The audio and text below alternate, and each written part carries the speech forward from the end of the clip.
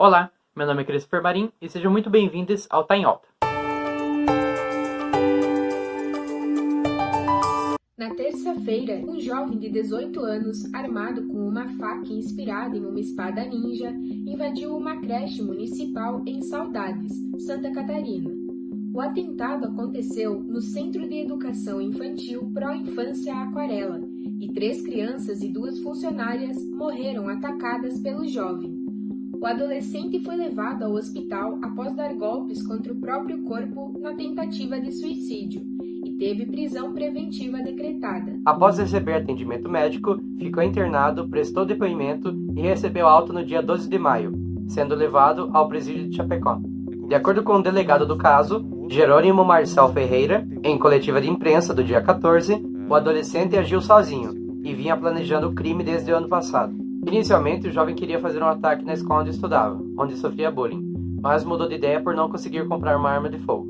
Segundo o delegado, o jovem se isolava das pessoas e consumia muitos materiais violentos, alimentando assim um sentimento de ódio até descarregar nessas ações violentas. Para tentar compreender as motivações desse ato, se faz necessário analisar o que o levou ao isolamento, observando o seu ambiente familiar e as suas outras vivências.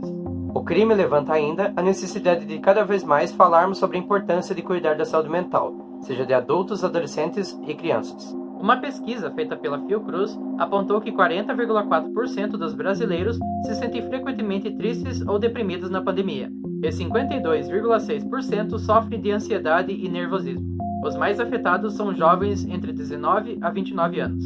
Para compreendermos a importância que a saúde mental tem e as consequências que a pandemia traz, conversamos com a psicóloga e professora da UNO Chapecó, Solange Aparecida da Rosa. Qual a importância da família e da sociedade dar atenção à questão da saúde mental? Acho que a gente precisa discutir e pensar como cuidar das crianças, não é? E dos jovens, para que eles se desenvolvam com saúde, não é? Com qualidade de vida, com bem-estar e com saúde física e mental. A família é muito importante na vida das pessoas, né?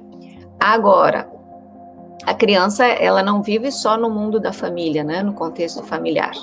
Ela está envolvida com um mundo muito mais amplo, muito maior, não é? Mais complexo. Então, hoje os nossos pequenos, né? Eles são criados no contexto familiar, mas eles já estão desde muito bebês, né? Começam já a ir para as instituições de educação infantil. Agora temos que olhar para além da família, né? O que está acontecendo nas instituições de educação infantil?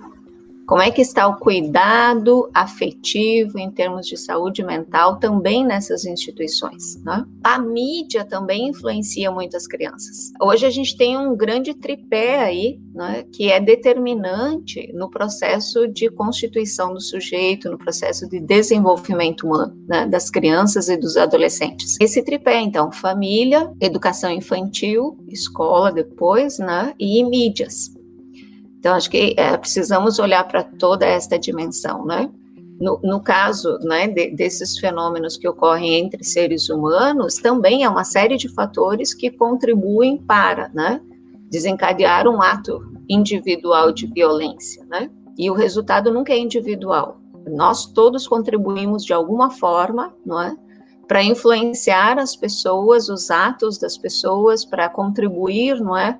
Com o desenvolvimento e com a formação, com o desenvolvimento, com o processo de aprender, não é, a sentir, aprender a amar, aprender a se sensibilizar diante do sofrimento do outro, aprender a cuidar, não é?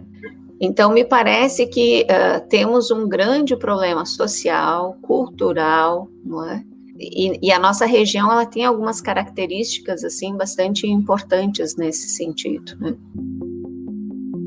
Então, a pandemia, ela nos obrigou, não é, a uma série de práticas de cuidado, de confinamento, de isolamento, de não pode abraçar, né? De não pode tocar, de não pode... Então, ela nos coloca numa outra condição que gera muita ansiedade, que gera muita tensão, de fato, né?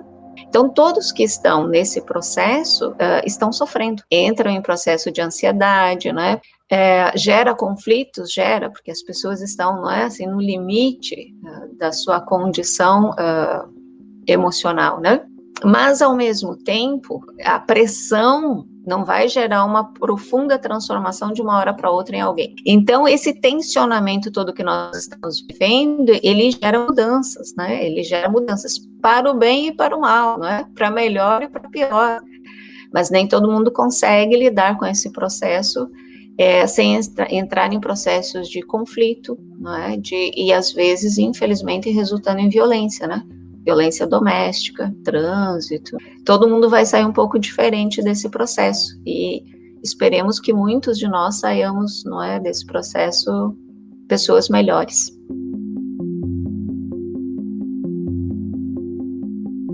A reação das pessoas, por um lado, é normal, aceitável, né? Assim, no sentido de expressão de indignação. A questão é como fazemos isso, né? Incitar linchamento, né? É algo que não se faz, né?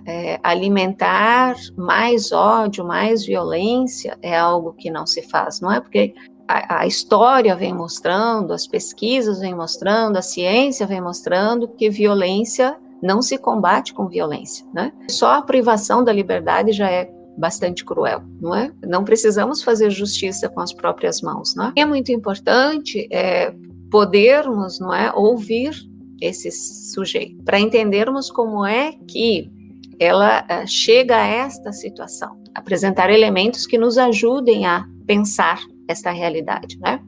Chegamos ao fim do Tá em Alta. Se cuide, mantenha o distanciamento e siga as normas sanitárias. Até a próxima.